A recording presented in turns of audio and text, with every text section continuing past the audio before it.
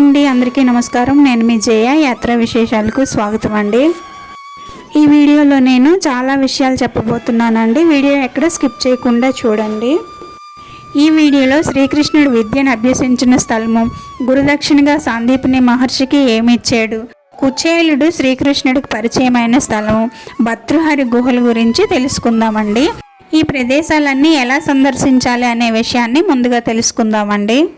Mahakal temple దగ్గరైనా, Chardham temple దగ్గరైనా, లేదంటే మీరున్న హోటల్స్ దగ్గరైనా కూడా ఆటోలు ఈజీగా దొరికిపోతాయండి. ఈ ప్రదేశాల్లో ఎక్కడి నుంచి మీరు ఆటోని బుక్ చేసుకున్నా కూడా అన్నీ దగ్గరే ఉంటాయి కాబట్టి పెద్ద తేడా ఏమీ ఉండదండి.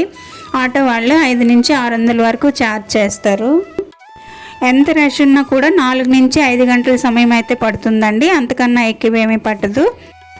మొత్తం మీకు 6 క్షేత్రాలు అయితే చూపిస్తారండి. మహాకాళి శక్తిపీఠము, ఉజ్జయిని కాలభైరవ క్షేత్రము, సందీప్ని ఆశ్రమము, కుజగ్రహం పుట్టిన మంగళనాథ్ టెంపుల్, సిద్ధివట్టు భర్తృహరి గుహలు. ఈ 6 క్షేత్రాలు చూడవలసినవేనండి. ఈ 6 క్షేత్రాలకి కూడా స్కంద పురాణంతో సంబంధం ఉంది.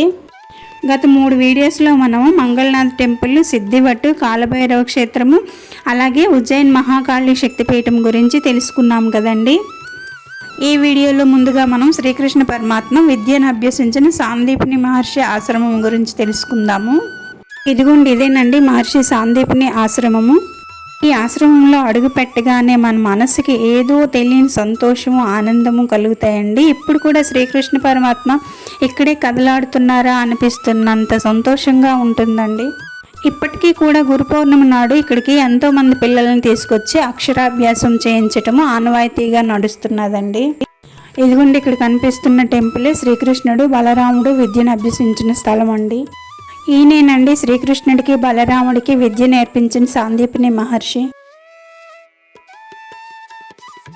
కృష్ణుడికి బలరాముడికి పక్కన కూర్చున్న ఇంకో వ్యక్తి మరెవరో కాదండి, కుచేలుడు.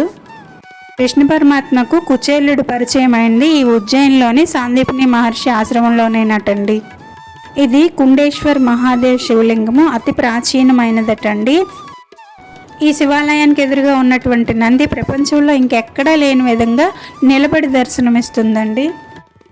ఈ నందీశ్వరుని చూస్తే మనకు అర్థమైపోతుందండి ఈ శివాలయము ఎంత పురాతనమైనది అనేది. పైన బోర్డు కూడా ఉన్నదండి, శ్రీకృష్ణ సుధామ బలరాం విద్యాస్థలని నిలబడి ఉన్న ప్రాచీనమైన నంది అని కూడా.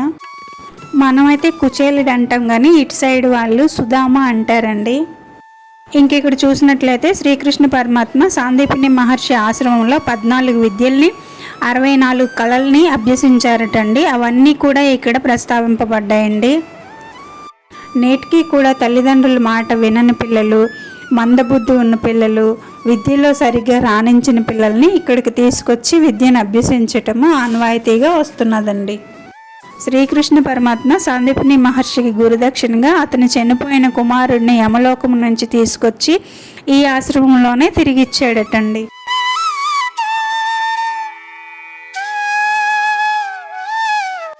ఇంక మేము అక్కడి నుంచి భర్తృహరి గుహలకైతే వచ్చేసామండి.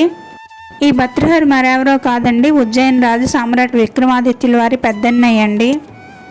ఈయన చాలా ఏళ్ళు రాజ్య పరిపాలన చేసిన తర్వాత రాజ్యాన్ని విస్మరించి ఈ గుహల్లో తపస్సు చేసుకునేవారటండి. ఈ గుహల్లోకి వెళ్ళడము అందరికీ సాధ్యపడే పని కాదండి. హార్ట్ పేషెంట్లు, ఊపిరాడిన వాళ్ళు, ఆస్మా ఉన్న వాళ్ళు వెళ్ళకూడదు.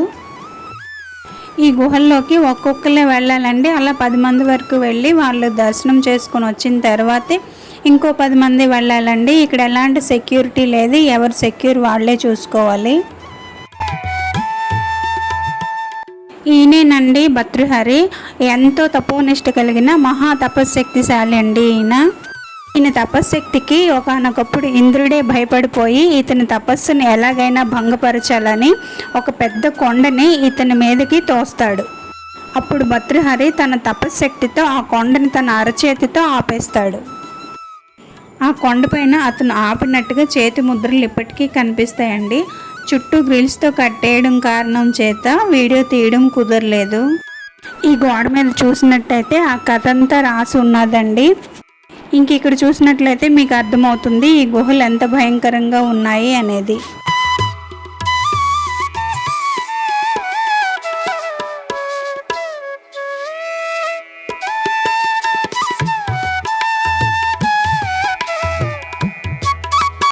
ఇక్కడ గుహ ఉన్నదండి. ఈ గుహలో నుంచి చార్ధామ్కి త్రోవ ఉన్నదంట.